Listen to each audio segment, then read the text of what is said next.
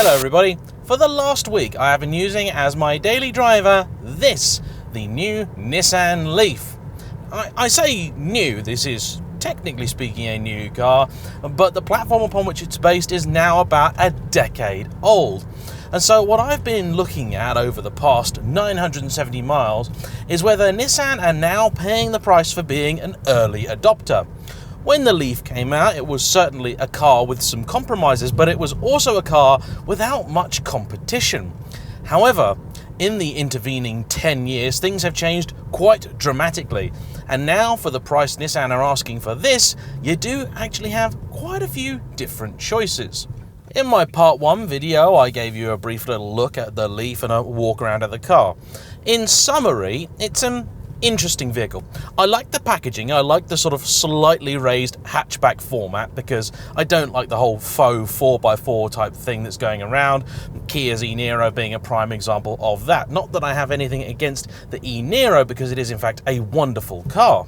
The interior certainly gives away the car's age because it is a weird mishmash of both old and new, with some parts feeling like they've been pulled straight out of the bargain bin from 10 years ago and others feeling reasonably up to date. Overall, the technology and infotainment in the car simply isn't up to par when compared with Nissan's rivals because they're all basically brand new cars. And that basically was for you, Keith. The big issue surrounding the Leaf, though, is the battery technology. Now, this is the Leaf E Plus Tekna 62 kilowatt hour. It's the biggest, best, most expensive version they do with their largest capacity battery and therefore biggest range. Quoted range is about 230 miles, I think. The issue with the Leaf is that the outgoing VW e-Golf aside, this is the only EV on the market without an actively cooled battery pack. What does that actually mean and why is it important? Well, batteries do heat up quite considerably, particularly when they're under stress, which for electric cars tends to mean when they're on fast charge or when they're being used very hard. That is significant because it means if you want to do big miles in an EV, you're likely going to need to use rapid chargers and potentially more than one of those in a day. And the Leaf's battery pack, because it can't keep itself cool, it struggles. There was something a few years ago called Rapid Gate, where Nissan Leaf owners were finding that their car was throttling down its own charging capability in order to keep the battery pack reasonably cool. I have, on a couple of occasions, had to give this car 2 fast charges in a day. And in practice, I haven't actually experienced the car doing any active throttling of the battery pack. The temperature meter in here has never got anywhere near the red, and I've never really had any concern. Unfortunately, the car also doesn't really seem to charge that fast, even when it's charging fast. To give you an idea, a basic fast charging point is capable of about 50 kilowatts. More modern fast charging stations are capable of 100, 150, or in some cases 350. I don't know of a vehicle that's on the market, certainly not at a reasonable price, that's actually capable of taking a 350 kilowatt charge, but the Audi e-tron that I drove a couple of months ago could take a genuine 140 kilowatts. That means that even with its large battery pack, it can actually charge reasonably quickly, which was very necessary in that car. However, I've given the Leaf a few different stations to sample, and at no point have I seen more than 44 kilowatts going into the battery pack. That is very disappointing and not as good as the Kia e-Niro, which also didn't get anywhere near 100 kilowatt, but did do about 70 odd on one occasion. Another issue the Leaf faces is the fact that because it was an early adopter, it uses something called the shadow mode connector. When the electric car marketplace started becoming a thing, there wasn't really any agreement between manufacturers about what kind of connection they should use. Nowadays, they seem to have settled on the CCS or combined type 2 connector, which you'll find in things like the Kia e-Niro, but earlier EVs like the Kia Soul EV and this one use the shadow mode. The significance of that is that I expect over the next decade or so, you're going to see a lot of charging points installed using the type 2 or CCS, but fewer and fewer with the shadow mode. That being said, I have bumped into quite a few legacy charging stations which only have the shadow mode as their fast charger. So right now, it doesn't really seem to make a difference, but it is something you need to be aware of if you're looking at purchasing one of these and keeping it for a long time. I am actually going to be doing a video talking about the real world costs of running an EV long term, and that's going to be a separate thing, and I think you might enjoy that one. As a thing to drive, I've really enjoyed the Leaf. Wonderful little car, very comfortable, real pleasure to steer, and it's very easy to move around town. Most EV parking bays seem to have been designed for relatively small cars, so when I had the Audi e-tron it was somewhat ungainly, whereas the Leaf works very well indeed. A few little things that annoy me are just how flimsy the charging cover at the front is. It's very difficult to get it to close, and that is something of annoyance. It's more difficult than it needs to be to get charging information up when the car is charging. As far as I'm concerned, the minute you plug it in, if the car is open and unlocked, it should give you all the information about how quickly it's charging, how long it's going to take down here. Range. That is, for most people, the big one. This car claims well over 200 miles, but in practice, it's a lot less than that, and I have been very disappointed with the Nissan on that front. When I've had electric cars in the past, they have usually been very good at predicting how much range they have left, and when you only have 200 miles to start off with, it is very important to get that right. The Leaf has many times estimated its range quite badly wrong. What do I mean by that? Well, 30 to 40 miles over the course of a tank, as it were. That's just not acceptable.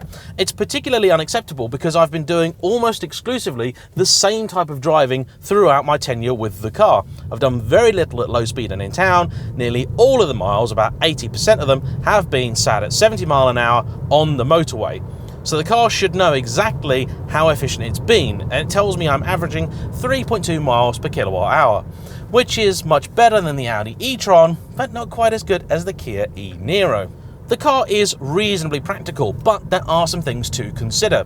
Because the battery pack sits under the rear seats, there isn't actually that much headroom back there. It's fine here, I've got plenty, but my hair is touching the ceiling in the back and I'm only about 5'10". So 6' plus passengers are going to have a hard time if you've got more than one of them. However, the boot is reasonably capacious, the car's connected to my Android Auto nicely and easily, and it's kept my phone charged. There is no wireless charging socket in here, which is very unfortunate. There are 3 driving modes for the Leaf. You've got regular drive, which is exactly as you'd expect it to be.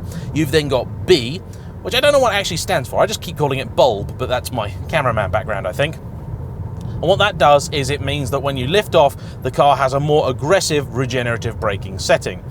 I've met a few electric cars now that actually have the automatic gearbox paddles on the wheel still, and what they do is dial up or down how much regenerative assist you get when you lift off the throttle. You've also got single pedal operation in this car, or what Nissan call e-pedal. The idea is that you can drive the car simply using the accelerator pedal, and when you lift off it brakes reasonably aggressively. Allow me to demonstrate. So I've got the car in e-pedal mode now, and I'm going to lift off, and it's pretty serious braking. What confuses me though is I have a little dial down here and it shows me how much of the available power that I'm using and then how much regeneration I'm using. Now if I put the car into B mode, it will give me the full 100% of regenerative ability, but if I'm in e-pedal mode it'll brake even sharper. I don't know though, and the manual isn't especially clear as to whether e-pedal is then using a little bit of brake as well, or it's just using the regenerative brakes. I don't know. I simply do not know. The Leaf also comes with a system that Nissan term ProPilot. ProPilot is simply a fancy cruise control with a lot of driver assist systems nailed to the side of it. It's a bit of an odd thing, really. I guess when it came out it might have impressed, but these days it's what you just think of as cruise control. It does have the ability, allegedly, to kind of push the steering aside for you if you're veering over, but I didn't actually ever notice it doing that, even when I tried to tempt it to do so. So you can't rely on it in anywhere near the way that you could with Kia's system or Audi's, and definitely not with Tesla's. These cars are also available with Park Pilot, but this one hasn't been equipped with it, so I haven't been able to test it. That, again, as you might imagine, is a self-parking system. Overall, I've actually quite enjoyed my time with the Leaf. It's been very nice, and it's been an excellent place to do the big miles, inconvenience of charging aside. I've done at most about 160, 170 miles between charges, which is just shy of the Kia. However, you all want a conclusion from me, and my conclusion is quite simple. For the price that Nissan are asking, I simply cannot recommend the Leaf. The fact is that at £36,000, this is within spitting distance of a Tesla Model 3, and it is essentially the same price, if not slightly more than, the Kia e-Niro. The e-Niro is a car that's very hard to find at present, but the Tesla you can get reasonably quickly. The waiting list is only about a couple of months. At £25,000 or so, I would highly recommend people buy a Leaf as a second car, runabout, station vehicle, just daily driver, because it's a lovely thing, very quiet, very comfortable, and it's just a faithful companion. But at £36,000, I simply can't justify it. It is an old platform full of old technology, and as much as Nissan gets some of the key things right, the drive, the space, all that jazz, it's just not good enough for the money. So there we have it, the end of my week with the Nissan Leaf. I've actually really enjoyed the car despite its faults. I hope you found this review useful, and I look forward to seeing you for the next one, whatever it may be. Bye bye.